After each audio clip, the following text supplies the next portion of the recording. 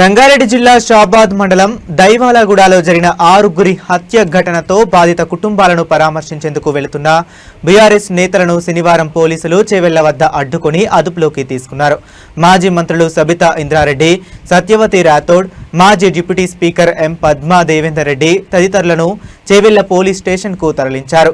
POCSO case నమోదు చేశారనే కక్షతో దైవాలగూడలో 6గురిని హత్య చేసిన ఘటన రాష్ట్ర వ్యాప్తంగా సంచలనం సృష్టించిన నేపథ్యంలో బాధిత కుటుంబాలను పరామర్శించేందుకు బీఆర్ఎస్ నేతలు బయలుదేరారు. అయితే చేవెళ్ల వద్ద పోలీసులు వారిని అడ్డుకొని అదుపులోకి తీసుకున్నారు. దీనిపై బీఆర్ఎస్ నేతలు తీవ్ర అభ్యంతరం వ్యక్తం చేశారు.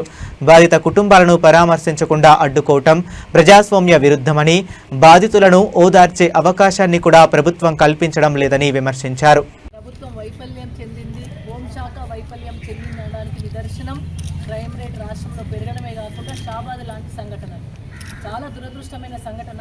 ఒక క్రిమినల్ 55 రోజుల క్రితము ఆయన పోక్సో కేసులో ఉన్న నిందితుని అరెస్ట్ చేయకపోవడం ఒక ఎత్తు, అతనికి స్టేషన్ బెయిల్ ఇవ్వడం ఇంకో ఎత్తు, తర్వాత అతన్ని ఇంత చంపుతా అని బెదిరిస్తున్నారని మళ్ళొక కంప్లైంట్ వాళ్ళ తల్లిదండ్రులు ఇచ్చినా పట్టించుకోకపోవడం ఈ హోంశాఖ వైఫల్యానికి నిదర్శనం. పోలీసులు వైఫల్యం చెందిందంటే వాళ్ళ బాస్ వైఫల్యం చెందినట్టే. వాళ్ళ బాస్ ముఖ్యమంత్రి గారు హోంశాఖ తన దగ్గర పెట్టుకొని ఇప్పటి వరకు కూడా కనీసం రివ్యూలు లేవు, కనీసం క్రైమ్ రేట్ పెరిగింది రాష్ట్రంలో, మరి ఎందుకు పెరుగుతుంది, దేనివల్ల పెరుగుతుందనే ఆలోచన లేదు. అసలు ముఖ్యమంత్రిగా తన బాధ్యత నిర్వర్తించట్లేదు. 6 గ్యారంటీలు అమలు లేవు రాష్ట్రంలో. కనీసం రైతులకు మంచి చేసిన పాపాన పోలే, రైతు బంధు లేదు, అటు రైతులను ఆదుకోవట్లేదు, అక్క చెల్లెలను కోటీశ్వర్లు చేస్తా అని చెప్పేసి ఇవాళ 4 అక్క చెల్లెలు చనిపోతే కూడా స్పందించని ప్రభుత్వం ఏదైనా ఉందంటే మరి ఇదే ప్రభుత్వం. కనీసం అక్క సబితక్క ఇక్కడ గతంలో ప్రజాప్రతినిధులుగా ఉంది కాబట్టి అక్కడ ఉన్న పరిచయస్తులు అందరూ కూడా అక్క రావాలని కోరుకుంటే మరి ఈరోజు పరామర్శిస్తామని పోతే మీకెందుకండి భయము?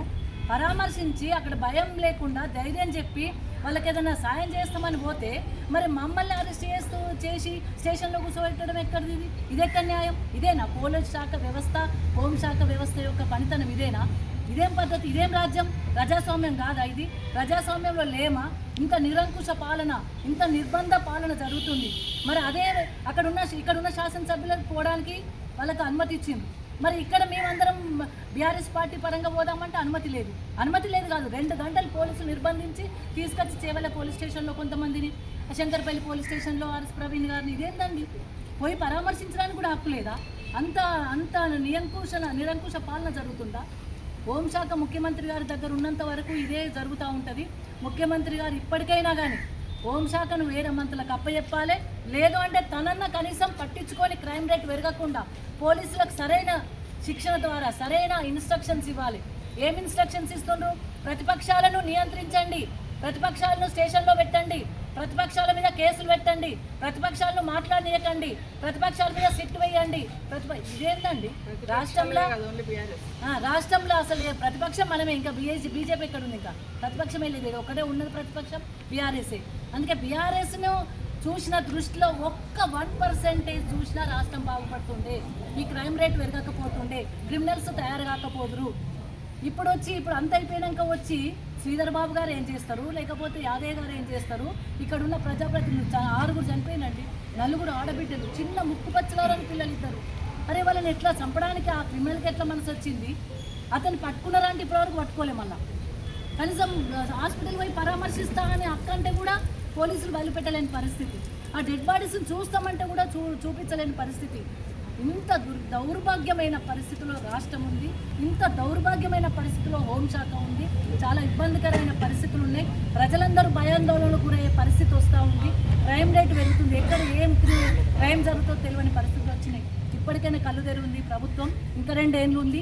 ఇప్పటికైనా సరిదిద్దుకోండి, తప్పులు సరిదిద్దుకోండి. ప్రతిపక్షాల మీద దృష్టిలో కొంతైనా పాలన మీద పెట్టండి. పాలనను గాలికి వదిలేసిండు, నిర్లక్ష్యంగా వ్యవహరిస్తుంది.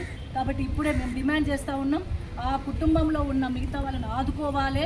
ఏదో తూతు మంత్రంగా కాకుండా సఫిషియెంట్గా వాళ్ళ జీవితాంతం ఇబ్బంది లేకుండా వాళ్ళని ఆదుకోవాలి. ఆ క్రిమినల్ పట్టుకొచ్చి అతనికి సరైన శిక్ష వేయాలి. భవిష్యత్తులో ఇట్లాంటి పునరావృతం కాకుండా కూడా చర్యలు తీసుకోవాలని చెప్పేసి డిమాండ్ చేస్తాము.